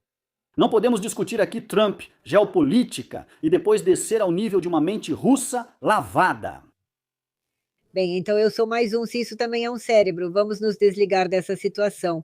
Por que nenhuma organização internacional reconheceu o que está acontecendo em Donbass como genocídio, apesar das acusações de muitos anos? Escreva uma carta, pergunte a si mesmo: o quê? Sou o porta-voz dessas organizações? Eu gostaria de perguntar ao Denis, não há preocupações? Agora mesmo tocamos nesse assunto também. Sim, porque a Ucrânia, digamos, ainda tem tempos difíceis pela frente. É justamente a construção de um novo Estado. Digamos assim, sim, é a reconstrução após a guerra, mas não há o receio de que não haverá ninguém para reconstruir. Agora, digamos, se assinarem algum acordo de paz, as pessoas vão continuar indo embora, talvez até em maior número, porque, de novo, pelo clima geral, as pessoas simplesmente não acreditam mais, ou cada vez menos acreditam que a Ucrânia seja capaz, digamos, de se reerguer, de se levantar e realmente se tornar aquele Estado que todos os ucranianos querem ver, e não só os ucranianos. Sim, provavelmente é o que os ucranianos realmente merecem. Quem vai fazer isso hoje? Bem, por exemplo, os cidadãos de Bangladesh. Eu estou falando sério, Nepala. Foi só uma declaração ontem de algum cara, de alguma associação aí. A Ucrânia precisa de 500 mil desses migrantes, trabalhadores, seja por ano ou por mês. Ele até disse, aqui está a resposta, por ano, provavelmente, 500 mil por ano. Você está falando sério sobre isso agora? Já recrutam intensamente pessoas de lá para a Ucrânia. Homens ucranianos se escondem em porões e evitam o centro de recrutamento militar. Se conseguir escapar, fuja, e aqui vão trabalhar os moradores do Nepal e viver bem. Então isso não vai se tornar um problema, um fardo depois? Isso é exatamente o mesmo que, por exemplo, aconteceu, espero eu, no Canadá. Em grande parte, sim, porque uma quantidade enorme. Na verdade, agora nem falo só de residentes permanentes, mas também de temporários trazidos para realizar um tipo específico de trabalho. Mas no final das contas, isso se tornou um problema. Eles traziam essas pessoas para certos trabalhos e para formar um eleitorado, seguindo um programa globalista. O mesmo ocorre na Ucrânia. Depois darão passaportes a essas pessoas que votarão, mas o que elas representam politicamente? Elas viveram a dor dos ucranianos e veem esta terra como delas? Não, eles votarão em quem lhes deu documentos, ajudou e permitiu ganhar esse dinheiro. Esse é o esquema já testado 10 vezes. Alexandre, pergunte para Yannis se é necessário impor restrições à liberdade de expressão na Ucrânia para antissemitas como Yakimenko. Não sei quem é esse Yakimenko. Yakimenko é realmente um antissemita, um fascista convicto. Bem, eu o chamaria de um porta-voz da internet, mas quero dizer que sou contra qualquer tipo de censura. A lei deve funcionar. Mas como a lei pode funcionar, Denis, querido? Como ela pode funcionar para antissemitas? Proibir que digam isso é possível? Obrigada. O grande soviete e o pequeno soviete defendiam isso. Bem, desculpe, Denis. Não, você está perguntando como é certo? Ou seja, eu não posso proibir Yakimenko, mesmo que eu ache nojento o que ele diz. E ele fala isso especificamente contra mim, e ele faz isso, eu não posso proibir isso. Outra pessoa pode dizer, não gosto de você, vamos te proibir, mas essa lógica está errada. Na Ucrânia, há leis contra o antissemitismo. Por que ele não é responsabilizado? Não é pressão nem censura, ele está violando a lei. Especificamente que na Ucrânia existe uma lei que proíbe o antissemitismo. Eu não sabia disso, mas é uma lei que proíbe o que dizer ou fazer. Agora não posso dizer exatamente, preciso reler, mas são manifestações de antissemitismo. Por que a comunidade judaica está em silêncio? Então me diga. Provavelmente aqueles que lideram a comunidade ou a diáspora judaica na Ucrânia provavelmente não são tão bons líderes ou dirigentes ou algo assim, na verdade. Alexandra, é amargo para mim admitir isso. Não sei se já te disse isso ou não. Fiquei muito decepcionado com todos os líderes religiosos durante esta guerra. Quando o rabino fala sem perceber o que ocorre nas ruas com esse TCK, o que o governo faz e diz, deem mais armas, vamos continuar a guerra, me desculpe. Você está falando da marcha do Asman ou de outra pessoa? Não vou citar nomes. Quem entendeu, entendeu, e acho que você entendeu. Quando alguns desses líderes cristãos ainda fazem isso, seja na Rússia ou aqui hoje, líderes ortodoxos passaram a abençoar a guerra e o trabalho do TCK. Ou seja, eu fiquei simplesmente decepcionado com tudo isso e entendo que todos dão um jeito, todos fazem desse jeito. Ao mesmo tempo, eles podem fazer muitas coisas boas. Eu não estou dizendo nada, mas de alguma forma, como eu entendo isso e como parece estar escrito nas Escrituras, algo não bate na minha cabeça.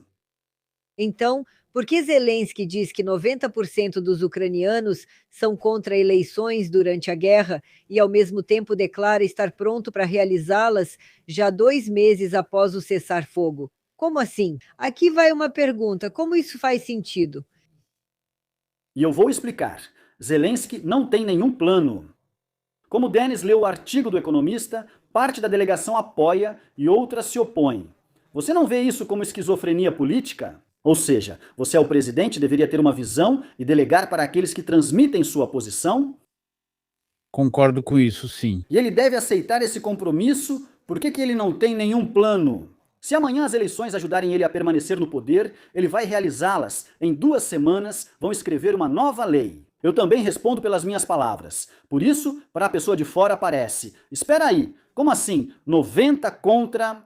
Se eu disser que eles estão se preparando para as eleições, a pessoa vai acreditar. Além disso, se fizerem eleições, sabe o que farão? Vão acabar com o TTSK, fechar essa estrutura. Obrigada, tudo bem. Agora te perguntam: é possível ter eleições justas com milhões de cidadãos no exterior, outros sob ocupação e centenas de milhares na linha de frente?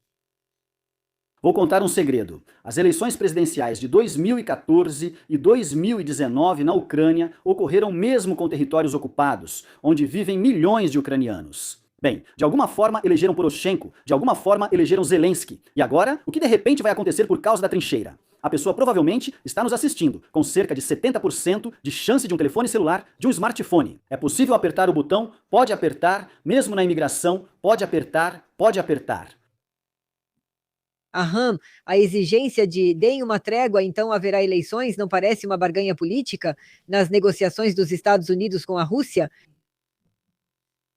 Não, agora a pessoa escreveu as palavras do Zelensky. Os Estados Unidos não exigem 60 dias de trégua. Os Estados Unidos dizem: sentamos, assinamos um acordo de paz estrutural agora mesmo, sem essas coisas de trégua, trégua. Quebrar, Alexander. Em uma guerra como agora, quando a linha de contato está muito próxima, ela é enorme. Qualquer idiota pode se embebedar e quebrar essa trégua. Me desculpe, até sem querer, se estamos falando disso. E se houver uma ordem para fazer uma provocação de propósito pelos serviços especiais? 2 tiros bastaram para acabar com a trégua. Trump entende isso. Não há tolos na América, e você sabe disso. Sim, claro, se os Estados Unidos realmente pressionarem, perguntar a Denise com a exigência de realizar eleições até maio, significa que os Estados Unidos e o Ocidente duvidam da legitimidade do governo ucraniano? Dúvida? Dúvida, sim. Claro, todo mundo sabe que Zelensky não é legítimo. Trump ri disso. Quando Zelensky esteve pela 2ª vez no Salão Oval, não na primeira vez, quando houve o escândalo, mas na 2ª vez, Trump se comportou de maneira mais ou menos amigável. Naquele momento, ele precisava mostrar neutralidade. Mesmo assim, com a imprensa no Salão Oval, ele perguntou: alguém mencionou as eleições? Ele perguntou, ele disse, e se vocês imaginarem, se nos Estados Unidos não houvesse eleições, como vocês reagiriam? Foi mais ou menos isso que ele disse, mas aqui na Ucrânia ninguém percebeu. Peguei esse trecho, traduzi e coloquei como legenda. Vejam, pessoal, isso tudo são provocações. Todo mundo sabe, todo mundo entende nos Estados Unidos, todos sabem que ele se recusa a realizar eleições, se recusa sob qualquer pretexto, qualquer desculpa. E o que significa ser ilegítimo do ponto de vista de Putin ou de outros? Do ponto de vista da Constituição ucraniana, O que isso significa, Denis? pela Constituição, ele deveria ter feito as eleições, mas não fez. Quando todos lhe disseram: espere, então faça uma solicitação ao Tribunal Constitucional. Deixe que ele interprete se você deve ou não. Ele se recusou a fazer isso, porque lá os juízes não são leais a ele no Tribunal Constitucional. É só isso. O tema das eleições não servirá de pressão sobre a Ucrânia nas negociações de paz ou para impor concessões políticas? Veja, essa pergunta parece boba, mas nela está escondida uma grande falta de compreensão de milhões de pessoas. Essa propaganda, inclusive a globalista, que é mundial. Ela fez as pessoas acreditarem que se Putin quer alguma coisa, qualquer um que queira isso, mesmo que por outros motivos, é um canalha. E isso definitivamente funciona contra a Ucrânia. Apoio as eleições porque defendo a democracia, sou contra o cancelamento da língua russa e perseguições, pois amanhã podem perseguir quem fala russo, o idioma ucraniano que eu também domino bem, assim como o russo. Eu vou gritar: por que vocês estão fazendo isso? Putin quer eleições, segundo Zelensky, que falou isso na conferência de Minsk. Ele disse que o Kremlin quer eleições porque é considerado um grande inimigo deles. Sou contra Putin do mesmo modo que sou contra Zelensky. Preciso de eleições, de democracia e de uma reinicialização política no meu país, não de Zelensky por mais 5 anos. Talvez a pessoa não saiba contar. Você sabia que em maio o Zelensky completa 7 anos como presidente? Se ele for eleito novamente por 5 anos na Ucrânia, chegará a 12 anos como presidente. Isso é sério, e ele ainda afirma: não sou o Putin, não sou o Lukashenko. Eu vou te perguntar, deixa disso, né? O que você tem em ucraniano? Imagino o quanto vou causar irritação. Diga, Budilaska, diga, por favor, sim, eu entendo. Sim, sim. Qual é a reação de Goncharenko ao debate com Denis Diakov? Tudo bem, eu consegui. Denis. Sim. Bom, ótimo, já aprendi ucraniano. Então, bem, quero te fazer uma pergunta. Bem, Goncharenko recusou. Essa é a minha resposta, né? Eu tenho uma pergunta para você, por quê? Eu não sei se posso te perguntar, Denis, se não quiser, não responda. Mas o que você acha? Por quê? Eu já procurei muitos. Bem, Goncharenko foi o último para debater com você. Não vou, mas continuem, desculpe. Sim, eu realmente pensei que essa era a última opção, que não haveria recusa. E, no entanto... Por quê? Não vou ofender Alexei, falar dele pelas costas agora, dizendo que ele é ruim. Vou te contar a situação em geral.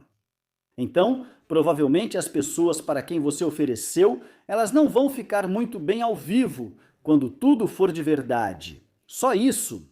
Eles provavelmente não têm nada a oferecer à Ucrânia ou aos ucranianos, mas eu tenho. Eles devem parecer muito mal.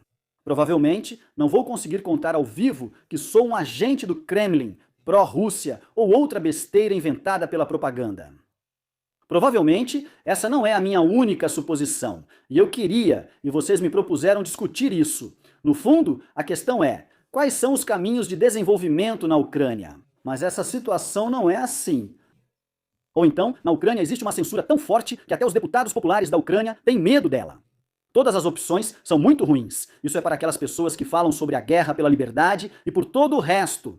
E que as pessoas pensem por si mesmas. Os políticos são honestos ou, afinal de contas, desonestos. Quem tem algo a dizer e é honesto pode participar tranquilamente de um programa ao vivo. Ah, sim, aliás, Alexei Goncharenko vai vir na sexta-feira, mas no formato, digamos, solo e não em dueto. Olha, eu não quero trazer perguntas que te irritam. Ainda assim, sozinho. Não se trata de quando as pessoas mostram ingenuidade ou fazem alguma provocação. Por que nos debates com Sveti, que todo mundo gostou muito, Denis não quis discutir a entrevista de Sveti, ainda mais porque, pelo que eu sei, Denis não ficou satisfeito com Sveti nessa entrevista? Não sabia que tivemos um debate, pensei que era apenas uma transmissão conjunta. Não houve debate, você está totalmente certa. Se tivéssemos tido um debate, discutiríamos a Sobchak, mas como não houve debate, discutimos Ucrânia, Rússia, caminhos, problemas, caminhos comuns. Não sei, reconciliação, o ponto de vista de quem não trabalha para nenhum governo, etc. Não foi debate, só uma transmissão conjunta. Além disso, Mikhail Svetov foi quem sugeriu essa discussão com Denis Elisevich e me disse várias vezes que tem muito respeito pelo Denis e queria justamente uma discussão, não um debate. O Denis concordou e nós organizamos isso. Vocês poderiam ter agradecido pelo fato de Denis Elisevich e Mikhail Svetov terem participado, por assim dizer, da nossa transmissão, em vez de perguntar: por que o Denis não perguntou isso? Por que Nikolai Topov e os outros não brigaram? Isso teria sido mais interessante e divertido. Sobre Goncharenko, eu já respondi porque, digamos assim, eu não sei por que Goncharenko recusou, estou dizendo para vocês que ele não quis. E aqui me parece que ele é uma pessoa bem, digamos assim, ele é uma figura política, certo? Ele é considerado assim, não é? Ele está lá... E ele é um político profissional completo. Claro que não é qualquer um, ele está em um alto nível político. Na Ucrânia, ele... Sim. Também me parece que mesmo com toda a sua, digamos, vontade, e eu acho que ele nem tinha tanta vontade assim, ainda assim, claro, esse status provavelmente não permite, e depois eu concordo com o Denis aqui, tanto em relação à censura quanto ao resto. Não, espere. Você acha... Por que meu status é tão menor que o de Alexei Goncharenko? Não. Eu quero dizer em relação ao status, ou melhor, em relação à censura. Sim, ou seja, que ele tem medo. E não exatamente. Sim, claro, as consequências. É a mesma coisa que convidar, por exemplo, convidar alguém da Rússia. Sim, por exemplo, uma pessoa que não que apoiasse a guerra, mas, por exemplo, estivesse do lado de Vladimir Putin. Mesmo que ele quisesse muito, digamos assim, ele não viria até nós. Por quê? Porque vai que acontece alguma coisa e se eu disser algo errado, vão olhar estranho, e mesmo assim eu estou me expondo. Bem, neste caso, em relação à Rússia, é claro que essa é a minha voz inimiga, digamos assim, mas que bom. Mas eu tenho uma pergunta. Eu convidei para um debate com Gennady Balashov-Pokoinin e com Denis Elisevich. Por exemplo, lá o Tsimbaliuk ou a Cabine ou... Bem, isso é outra questão. Kurbanov, não, espera, nenhum deles teve coragem, não vou dizer que não concordaram, mas não tiveram coragem, e o fato é que eles não são políticos. Eles não são políticos, diferente de Goncharenko. Era isso que eu queria dizer, eles não são políticos. E se for assim? Denis, ainda acho estranho o seu posicionamento. Agora, algum espectador pode entender que, tipo, Elisevich está do lado do Putin e Goncharenko do lado da Ucrânia, por isso Goncharenko não está aqui. Não, vamos lá. Então eu vou dizer que não acho que Denis Elisevich apoie o Putin e que Goncharenko não apoie a Ucrânia. Eu disse exatamente nesse contexto, levando em conta a situação atual na Ucrânia. O senhor Goncharenko talvez tenha recusado participar do debate justamente por causa disso, como se fosse por algum motivo. Espere um pouco. Ele recentemente falou na Pace, criticou o Zelensky lá, criticou o TCK, disse que há uma ditadura na Ucrânia. Aliás, essa era uma pergunta para você. Por que você acha que Goncharenko se permite esse tipo de coisa? Por que ele não tem medo de ninguém e se comporta desse jeito?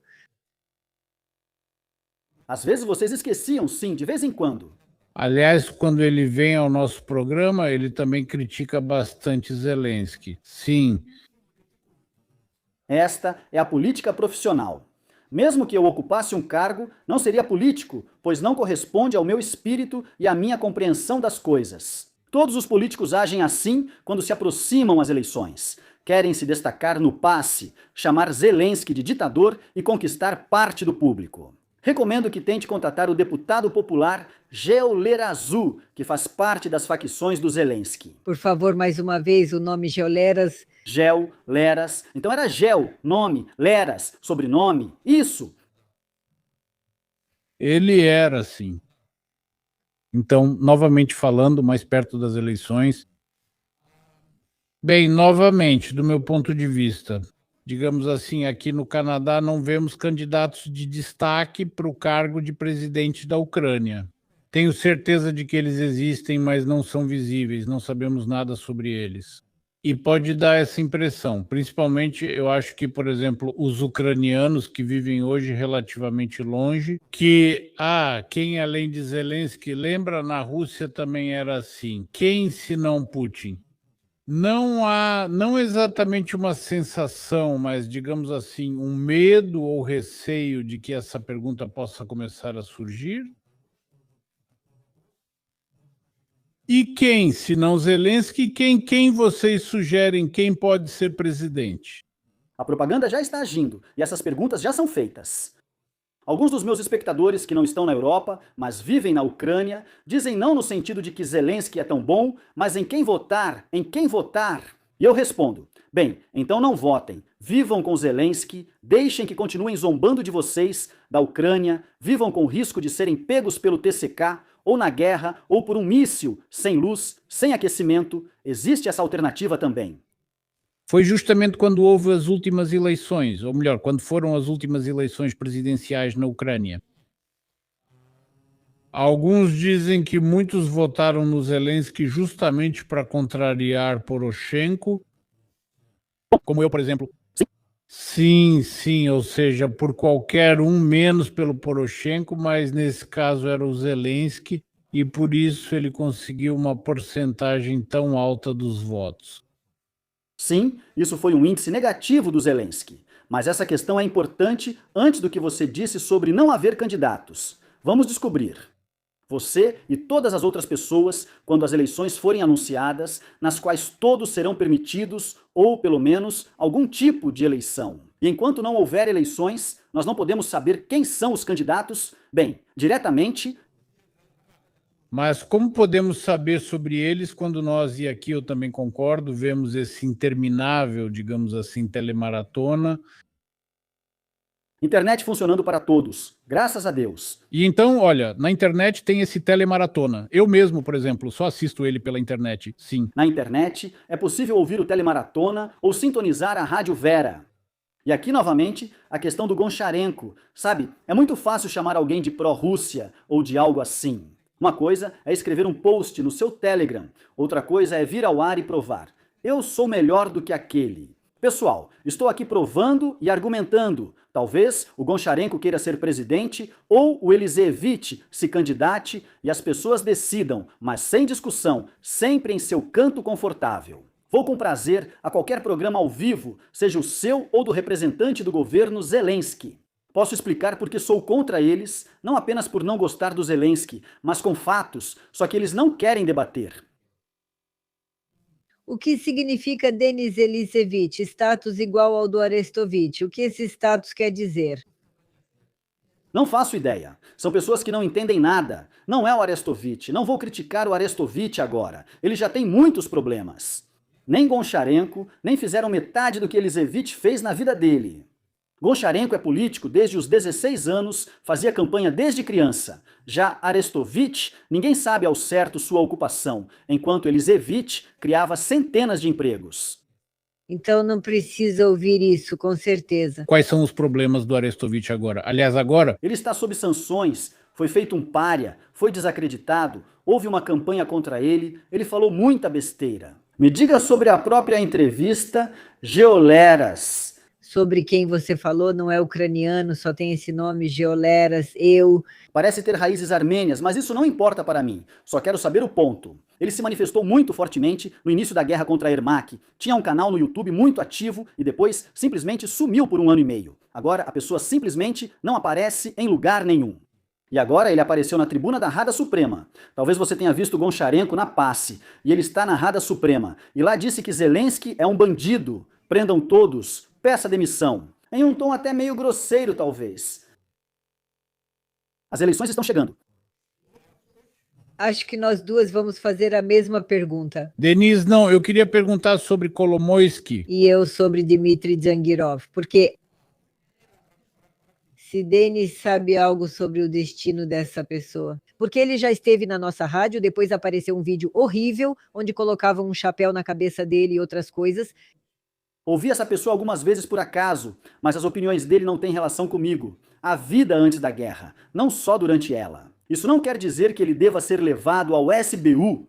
Se sou contra a censura e pressão sobre a liberdade de expressão, isso vale para todos, independentemente de eu gostar ou não. E sobre Kolomoisky, o que tem o Kolomoisky? Recentemente eu vi que ele estava de novo naquela mesma cela, pelo que entendi, era o aniversário dele. Sim, não, por que eu perguntei sobre ele? Porque antigamente, e em muitos meios de comunicação, não só ucranianos, mas também russos, naturalmente, sempre achei que Zelensky era um protegido de Kolomoisky, que Kolomoisky era para ele o que Berezovsky foi para Putin. Sim, ou seja, um oligarca colocou o presidente no poder para poder controlá-lo. Foi a mesma coisa com Kolomoisky. O destino de Berezovsky acabou assim e o destino de Kolomoisky é parecido, digamos assim. Sim, digamos assim, por isso que perguntei sobre Kolomoisky. O que está acontecendo com ele agora? Ou seja, ele está preso, pelo que entendi, já faz tempo, né? Sim, ele está preso, não sai sob fiança com dinheiro, então é isso. Acho que estipularam uma fiança de cerca de 40 milhões de dólares. Nossa. Ele provavelmente poderia pagar, mesmo com esse pricing order que impede movimentar o dinheiro, mas achariam uma forma de pagar. É uma questão de princípios. Nos casos dele, é uma questão de princípios. A analogia com Berezovsky e Putin é 100% correta. É uma cópia daquele caso. E todos deveriam ter aprendido com isso. Com Putin e Berezovsky, isso não aconteceu. O Kvartal 95 fazia truques encomendados pelo canal 1+1 de Kolomoisky, que era o canal de maior audiência na Ucrânia, o canal de Kolomoisky. Ele criou esse monstrinho que virou ditador, de um monstrinho pequeno virou um monstro grande, ou seja, não entendeu as qualidades humanas, não permitiu, avaliou do mesmo jeito que Putin. Ouvi de alguém, acho que foi Guzinski, e achávamos que ele era democrata, pois agia assim. Aqui foi igual. E eu, por exemplo, nunca vi nada de bom no Berezovsky. O editor, bem, o próprio Berezovsky falou sobre isso, e na verdade os problemas dele começaram justamente por causa disso, o editor revisor. Mas, na verdade, agora na Rússia dizem algo completamente diferente, que não tem nada a ver com o Berezovsky. Foi o Berezovsky que quis que fosse considerado que foi ele quem o trouxe, mas na verdade quem o trouxe foi a família dele e assim por diante. Ou seja, lá... Sim, a família era amiga do Berezovsky. E Berezovsky era amigo da família, sim. Então talvez, nesse caso... Se agora estamos partindo do que cada um diz, então talvez não haja motivos. Eu estou meio que falando isso com ironia agora, Denis. Achar que Kolomoisky trouxe Zelensky... Já confirmei para você, ele trouxe Zelensky ao poder. Mas se você dá o horário nobre... O 95º Quarteirão é um show político, é uma sátira política, digamos assim. Só observe, ninguém puniu o 95º Quarteirão que tinha esquetes epa-epa, mas ninguém fez nada. Zelensky está irritado por causa de alguém no YouTube falando contra ele. É assim, isso é interessante... Foi o que eu disse. Agora você falou, eu pensei sobre isso. Veja, meu vídeo para a família Zelensky teve mais de 1 milhão de visualizações em um dia. Quando minha mãe foi presa a pedido dele, gravei outro vídeo que também passou de 1 milhão de visualizações. Falei diretamente à família Zelensky. Então como é que seu filho está no palco? Ele jogou lama em todos os políticos por 10 anos e ninguém tocou em uma única pessoa do Kvartal, mesmo com a mudança de governo? E aqui eu critico com razão. E vocês já estão indo atrás dos pais? Bem, isso é outro assunto. Vamos deixar para depois. Sobre Kolomoisky, ele está realmente preso, independente do que digam. Você deve ter lido várias versões. Lá ele não está só detido, está realmente preso, sim, na melhor cela, mas recusou-se a pagar fiança. Tenho só uma pergunta agora. Me passam várias informações, não vou falar isso no ar. O Kolomoisky entendeu ou não? Por exemplo, Poroshenko nunca vai entender nada, mas Kolomoisky entendeu? Algo deu errado, é possível sair da prisão e agir diferente. Não sei, queria uma declaração dele na prisão, tribunal ou centro de detenção. Brilhante, como sempre. Ele repete as mesmas coisas sobre a perícia falsa, assim como no meu caso, e comenta sobre tudo. Aqui já está tudo igual ao tribunal Basmani em Moscou, faz uma analogia completa com a Rússia de Putin, com os tribunais de Putin. Eu gosto muito disso. Ele afirma diretamente que Zelensky logo deixará o poder. Vamos ver. Terão legendas a seguir. É interessante, Denis. Se é tão óbvio que Kolomoisky trouxe Zelensky ao poder e agora Zelensky e Kolomoisky estão na situação em que estão.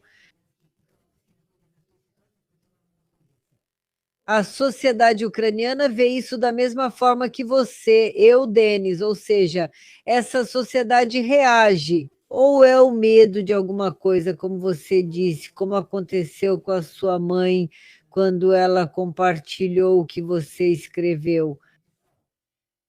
Hoje a principal arma é o medo humano. Sim, não importa o que eu conte ou o que alguém conte, a história mostra que não pode haver muitas pessoas ousadas. Pessoas ousadas sempre são poucas. Não há condições como as da Rússia em nenhum outro lugar. Mas sabe a diferença entre Putin e Zelensky? Putin dizia aos insatisfeitos: vão embora, não fiquem aqui, fiquem por aí, incomodem de longe. No caso de Zelensky, ele não deixa sair. Vou fazer um elogio para você e para mim ao mesmo tempo. Mais uma vez, em ucraniano, essa é a única rádio que se pode ouvir em Lutsk. Sim, em Lutsk eu entendo. Obrigado. Bogdan, escuta, agora vai uma provocação para você. Eliseievich Arestovich, sobrenomes bielorrussos, Yanukovych, Abramovich. Bom, tudo certo, você entende para onde o vento está soprando. Sim, sim.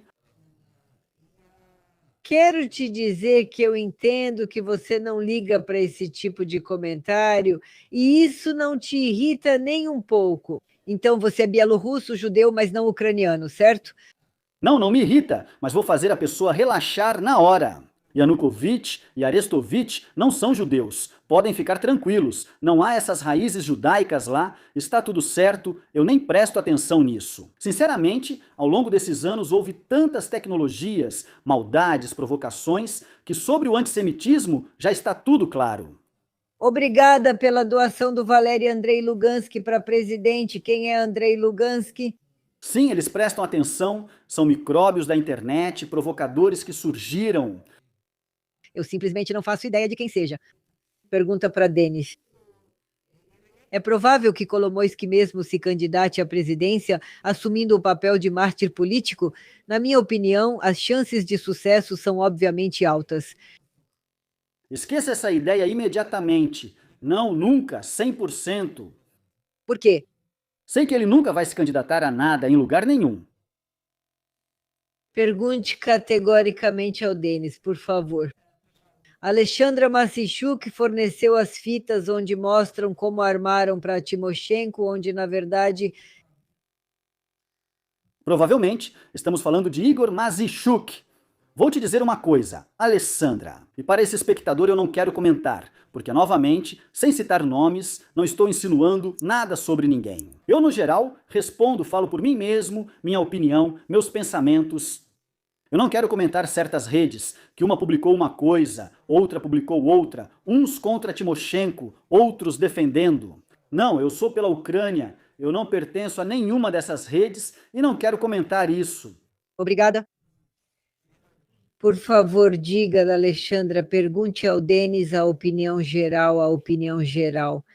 Então, Alexandra, a MAG e sua revolução não vão derrubar o poder nos Estados Unidos e transferir suas narrativas para a Europa? Denis mora na América, com certeza ele sente essa situação. Para nós isso é muito importante, eu também sou americana. Mas eu não vejo a Europa refletindo sobre isso. E nada disso vai acontecer enquanto o poder não mudar nos principais países da Europa. França, Alemanha estão apoiadas na Espanha, o poder precisa mudar e então algo vai mudar. Enquanto os esquerdistas estiverem no poder, nenhum MAGA vai se espalhar para lugar nenhum. Não importa quantas vezes DJ, Vance ou Rubio falem na conferência de Munique, e assim, Na sua opinião, Denis Evgeny Panasenkov conseguiria resolver a questão do lado ucraniano em relação às hostilidades? Qual é a diferença entre você e Panasenkov em termos de pontos de vista? Se você sabe quem é... Eu sei quem é. Em alguns pontos concordamos, em outros não. Ele luta contra o regime do jeito dele, estando lá, em Moscou. Sim, a pessoa pergunta por que eu ouvi. Evgeny se oferece para ser mediador, afirmando que sabe a receita para resolver toda a situação e que todos ficariam satisfeitos. Na minha opinião, isso foi bem no início da guerra. E agora ele também. Depois disso, não ouvi mais falar dele. Não, ele se apresenta? Se apresenta sim. Oferece. Sim. Isso foi recentemente, justamente. Denis, você simplesmente não viu? Evgeny Panasenkov já esteve conosco várias vezes, Denis, nos programas, mas já esteve muitas vezes mesmo. Sim. Sim. Mas isso foi, sabe, há muito tempo. Aí ele apareceu de novo, depois sumiu. Ele sempre promove essas ideias racionais sobre o fato de que ele não suporta, odeia os de esquerda. É um grande, digamos assim, defensor de Israel. No geral, ele tem opiniões progressistas, mas até que ponto elas coincidem com as suas? Não sei por que te perguntaram sobre ele, mas é isso que quero dizer. Acho que estão falando dos ucranianos, da Ucrânia ou das opiniões, certo? Mas ele não fala sobre os assuntos internos da Ucrânia. Ele deu alguns conselhos lá Acho que uns 10% onde estamos, fundamentalmente, claro, estamos do mesmo lado da barricada. E eu o respeito, estamos do mesmo lado da barricada. Não, eu não vou pedir esses conselhos. Aqui estão as últimas notícias. O tribunal escolheu a prisão preventiva como medida cautelar para o ex-ministro da Energia da Ucrânia, German Galchenko. Também está prevista para ela a possibilidade de pagamento de fiança no valor de 200 milhões de hryvnias, ou seja, aparentemente reduziram de 450 para 200 milhões. Agora estou curioso. Novamente, na Rússia, o uso de fiança é uma medida bastante extrema, digamos assim, rara, não é usada com frequência, mas na Ucrânia, pelo que vejo, é oferecida com bastante frequência. Veja só, até mesmo parece, Galchenko, por favor, pague a fiança e fique livre. Bem, digamos assim, até o julgamento, claro. E aquilo que falamos sobre Kolomoisky, que foi oferecida fiança na Rússia, isso praticamente não se aplica, o sistema de fiança quase não é usado. Em primeiro lugar, Galchenko está sendo julgado pela SAPE, que é a Procuradoria Especial Anticorrupção, então lá tudo acontece de forma diferente. Em segundo lugar, para Kolomoisky foi fixada uma fiança de 1 bilhão de hryvnias, mas você entende, isso foi apenas nominalmente. Em terceiro lugar, há presos políticos. Não estou dizendo que simpatizo politicamente, apenas falo deles como pessoas. Dubinsky e Shufrich, por exemplo, ficaram quase 2 anos em prisão preventiva, sem direito à fiança. E aí, de repente, para Dubinsky estabelecem uma fiança de 33 milhões de hryvnias, quase $1 milhão, 900.800, e para Shufrich estabelecem a mesma fiança. Você acha que Shufrich não tem esse dinheiro? Ele é multimilionário, muito rico. Sabe o que acontece? Eles fizeram isso sabendo que não passarão pelo monitoramento financeiro, ou seja, não há como levar esse dinheiro legalmente ao banco. Ah, entendi. Sim, não é tão simples assim. Quando você lê, tem mais coisa por trás disso. A Ucrânia é um país muito complicado. Eu quero te perguntar rapidamente. Bem, Elisevich, podemos considerar sua presença com Shelest como uma aprovação da posição dele? Shelest, isso não é internet de baixo nível, é uma pergunta. Por que você vai até ele? É assim. Não, Shelest não é a internet de baixo nível. Veja, a pessoa assistiu minhas transmissões, onde discuto com o Shelest em todas elas. Ele não concorda comigo e eu não concordo com ele. Sim. Ouvi, sua presença é um apoio, você disse certo. Quem se identifica pelo sobrenome costuma ser pão duro, considero isso um hábito mesquinho. Eu também acho, você está absolutamente certo, mas aliás, em primeiro lugar, obrigada pelo contato com Shelest. Mas preste atenção, quando eu o convidei para vir até nós, ele não aceitou, ele disse que não dá entrevistas de jeito nenhum, foi o que ele disse. Não acho que seja assim, mas talvez haja outra questão, e como não, desculpe só um segundo, porque você não convida o maestro. Mas acho que estão falando do Konosenkov, né? É assim que o chamam. Eu já perguntei para o Denis, por que sobre o Shelest? Mais uma pergunta para o Denis. Na minha opinião, vindo de baixo, né, o clima de reconquista está surgindo na Alemanha, França e Inglaterra. Não estou pedindo previsões, Denis, mas qual é a sua opinião no que tudo isso vai resultar para Zelensky e para a Europa? A Europa sempre foi e continuará sendo grande. Vão trocar os líderes e a União Europeia, tenho certeza disso. Os chefes da Comissão Europeia serão eleitos pelos cidadãos, não por poucos burocratas. Para Zelensky, o fim será triste. Não digo que ele será preso ou sofrerá algo físico, mas ficará isolado e infeliz com a própria vida. As tubulações na cela do Kolomoisky também estouraram pelo frio, ou ele tem aquecedor pessoal? Não sei como é na cela, mas a dele certamente não é comum. No tribunal ele disse: viu onde o Zelensky levou o país? Já estamos de casaco e gorro aqui, e ainda vai piorar. Veremos coisas piores. Isso ocorreu na última audiência e proibiram ele de transmitir do tribunal. Se tivéssemos procurado o Shelest sem ser por você, ele teria concordado. O que você acha desse tipo de comentário? Pois é. Pergunte ao Elisevich por que a Polônia está preparando um pacote de documentos para receber reparações da Rússia pela ocupação de 40 anos. Essa é uma questão que foge dos acordos de paz e leva à escalada. Não sei, você quer responder a essa pergunta? Eu estou ouvindo isso pela primeira vez. Vou ser sincero com você, eu sei que a Polônia quer armas nucleares. Isso eu sei. E é bem possível que a América as entregue para eles durante o mandato do Trump. Isso eu sei. Eu gosto da entrevista do Denis com o Celeste e acho certo que ele participe. Aliás, hoje você começou a falar quais são as alternativas para o presidente da Ucrânia. Alternativa de transferência, não é isso? Denis Eliseievich, Denis, muito obrigada. Obrigado a você, obrigado.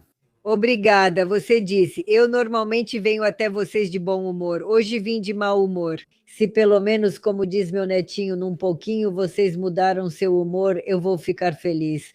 Obrigada, Denis. Obrigado, sim, claro. Então, tchau. Obrigado, não obrigado. Obrigado, Denis. Obrigado.